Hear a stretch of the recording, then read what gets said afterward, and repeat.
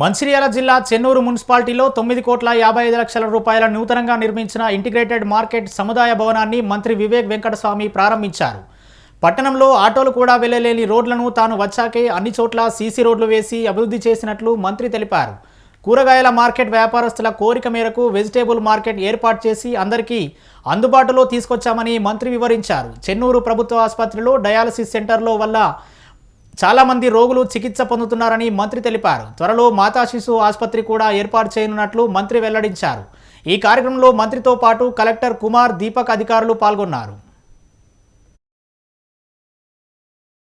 20 సంవత్సరాల నుంచి ఒక ఆశ ఉండే మా వెంకట్ రోజు ఫాలో అప్.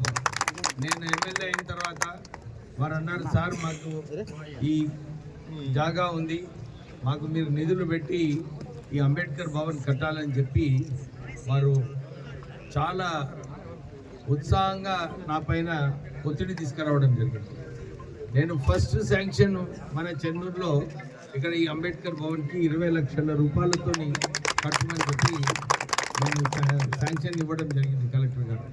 కానీ నాకు అనిపించింది తర్వాత ఇది సరిపోదు, దీన్ని మంచి భవనం, ఎందుకంటే జాగా మంచిగా ఉంది, ఇంకో కొంచెం ఎక్స్టెన్షన్ చేస్తే బాగుంటుందని చెప్పి మున్సిపల్ కమిషనర్ గారికి ఇప్పుడే ఆదేశాలు ఇవ్వడం జరిగింది. ఇంకొక 20 లక్షలతోని ఇది ఎక్స్టెన్షన్ కూడా చేద్దామని చెప్పి ఓ నిర్ణయం తీసుకోవడం జరిగింది. స్టాఫ్ స్ట్రెంత్ శాంక్షన్ అయి ఉంది.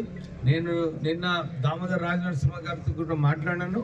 అది కూడా 100 బెడెడ్ హాస్పిటల్ స్ట్రెంత్ కూడా ఇమీడియట్లీ శాంక్షన్ చేస్తానని చెప్పి వారు మాట ఇవ్వడం జరిగింది.